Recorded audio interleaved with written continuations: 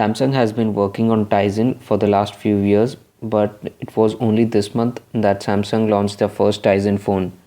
The Samsung Z1 is currently available only in India and is marketed as a budget solution with a variety of Indian languages. I am Kunal Ganga from SammyHub.com and I took the device for a thorough spin to see if Samsung's attempt is worthy enough for consumers to jump on an altogether new ecosystem. Design of the Samsung Z1 is largely unchanged from rest of the Samsung smartphone range. A quick glance and you will easily mistake the Z1 with a Galaxy smartphone. The Z1 retains a square home button compared to the rectangular home button on the Android phone, and the button is flanked by the touch sensitive menu and back buttons. Other placements like the power, volume keys, micro USB port and a 3.5 mm audio jack are also identical to its Android siblings. The back of the Z1 features a clean finish with a rubbery feel that offers a good grip on the device. Overall, I feel the design of the Z1 is unexciting and has minimal difference to set it apart from an Android running Galaxy counterpart. The Samsung Z1 features a 4-inch PLS display panel that supports WVGA resolution that equals to 840 by 480 pixels. I'm not sure what Samsung means by made with advanced Samsung technology because the screen is underwhelming. The colors are good but the viewing angle is bad. There is no ambient light sensor as well, which means the display brightness has to be controlled manually. Option to activate outdoor mode that brightens up the display for 15 minutes. The phone can be unlocked by swiping anywhere on the lock screen and even displays a camera icon for quick access to the camera. The OS supports different types of screen locks ranging from a simple swipe to a pin or a password. One interesting thing Tizen offers is the ability to set special day wallpapers. Special day wallpapers are nothing but lock screen wallpapers that are automatically changed on Indian public holidays. Tizen also offers color theme support wherein users can change the color scheme of the interface or change the app icons.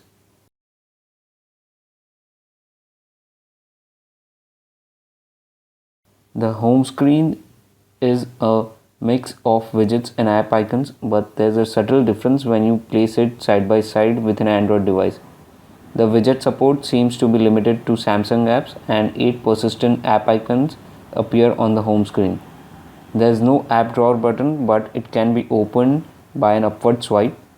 Tizen supports folder creation and preloads apps like a file manager, YouTube, Facebook, Google Search, Ear Maps, Samsung Smart Switch, and Joybox that includes an assortment of entertainment apps included as a part of free stuff with the device. New apps can be installed through the Tizen store, and quite frankly, there's a serious shortage of good apps. Sure, there are apps from some Indian developers and few games from Gameloft, EA, and 11-bit studios, but the store lacks quality. The biggest disappointment for me was the lack of a Twitter app, which was only accessible through the mobile site in the web browser. The web browser is able to compress data to save bandwidth and even supports desktop view, tabbed interface, and even a secret mode. One important app in Tizen is ACL, which is short for Application Compatibility Layer. This layer from Open Mobile works like an emulator and allows to access Android apps. ACL will however only work with compatible apps downloaded from the Tizen store, and for the time being WhatsApp seems to be the sole app that supports the layer. Some of the features from the Galaxy range that have been integrated to Tizen are the ultra power saving mode and the private mode. The ultra power saving mode does not change the screen to monochrome but simplifies the home screen and limits access to the applications. The mode allows a total of 6 apps to be added on the home screen but doesn't offer access to WhatsApp. Private mode keeps personal content on the phone safe from prying eyes. Tizen also comes with some security features like pre-installed McAfee antivirus that checks the phone for viruses. Another interesting security feature is SOS.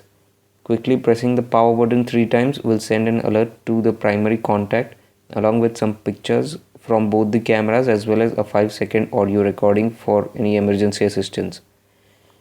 The OS seems well optimized for gaming, and I tried playing a Gameloft game and it performed decently.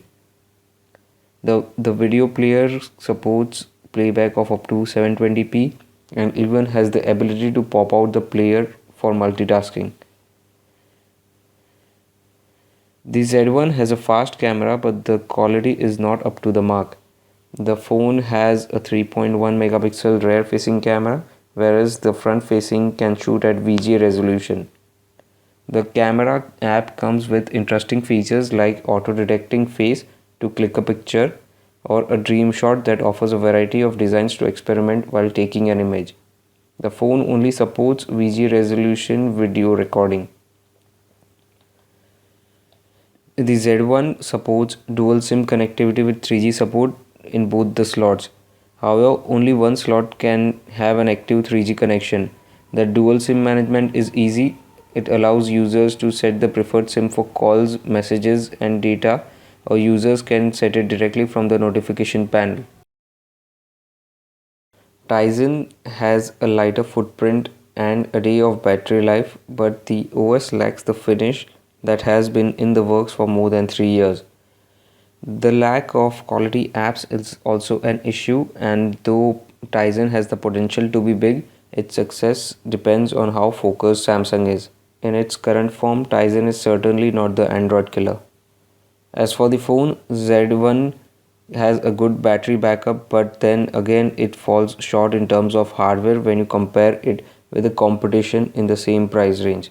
Nevertheless, the phone retails in India for a price of around 5500. I'm Kunal Gangar, and I hope you like the review of the Tizen running Z1 smartphone from Samsung.